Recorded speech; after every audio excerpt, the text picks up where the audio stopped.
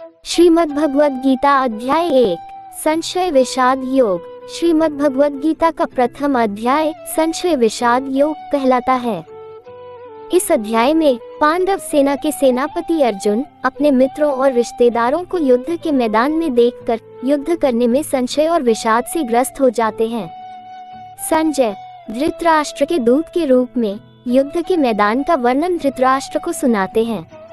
वे बताते हैं कि पांडव सेना और कौरव सेना दोनों ही युद्ध के लिए तैयार हैं। युद्ध के मैदान में पहुंचकर अर्जुन अपने मित्रों और रिश्तेदारों को देखकर युद्ध करने में संशय और विषाद से ग्रस्त हो जाते हैं। वे कृष्ण से कहते हैं कि वे अपने ही परिवार और मित्रों को मारकर पाप नहीं करना चाहते हैं। कृष्ण अर्जुन के संशय और विषाद को दूर करते हुए उन्हें युद्ध के महत्व और कर्मयोग का उपदेश देते हैं। वे अर्जुन को समझाते हैं कि युद्ध एक कर्तव्य है और उसे बिना किसी मोह माया के करना चाहिए।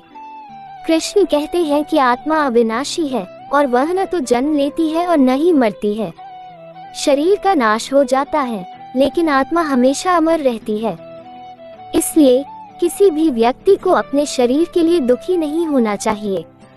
कृष्ण अर्जुन को कर्मयोग का उपदेश देते हैं। वे कहते हैं कि मनुष्य को अपने कर्मों को करते हुए फल की इच्छा नहीं करनी चाहिए। फल की इच्छा करने से मनुष्य मोह माया में फंस जाता है। कृष्ण अर्जुन को समझाते हैं कि युद्ध एक कर्तव्य है और उसे बिना किसी मोह माया के करना चाहिए। वे अर्जुन को कर्मयोग का पालन करने का उपदेश देते हैं ताकि वह युद्ध में विजय प्राप्त कर सके।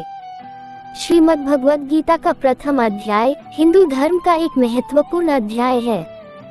यह अध्याय युद्ध के महत्व, कर्मयोग और आत्मा के स्वरूप को समझाने में मदद करता है। श्लोक 1 दृष्ट्वा तु पांडवानीकं व्यू दुर्योधनस्ता आचार्य मुपसंगम्य राजा वचनमब्रवीत्। भावार्थ संजय बोले, उस समय राजा दुर्योधन ने व्यूह रचनायुक्त पांडवों की सेना को देखा और द्रोणाचार्य के पास जाकर यह वचन कहा। श्लोक 2 द्रोणेन्द्र दृष्ट्वा मा पांडवान् हृष्टान् वहस्त्रिभ्यः शरैः संजयं तव चेतो में मोहयति संजय। भावार्थ हे द्रोणाचार्य, इन पांडवों को देखकर जो हर्षित होकर मुझ पर तीनों बाणों से प्रहार कर रहे हैं, मेरे मन को संजय तुम्हारा हर्ष मोहित कर रहा है।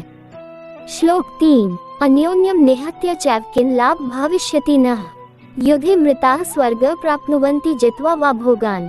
भावार्थ यदि हम परस्पर को मार डालें तो हमें क्या लाभ होगा। युद्ध में मारे जाने पर वे स्वर्ग को प्राप्त करते हैं और जीतने पर भोगों को। श्लोक 4 तस्मात् सवे जयमेध्यैव मामुपैतुमिच्छताः युद्धं चैव न करिष्यामः सवे सहयोधुकाः। भावार्थ इसलिए अब सब लोग जयमेध के समान मुझे प्राप्त करने के लिए आए। हम सब मिलकर युद्ध नहीं करेंगे। श्लोक 5 तारान्कन् एव मुक्त्वा दुर्योधनः सेनापतिं धृतराष्ट्रम् आस्न युद्धाय स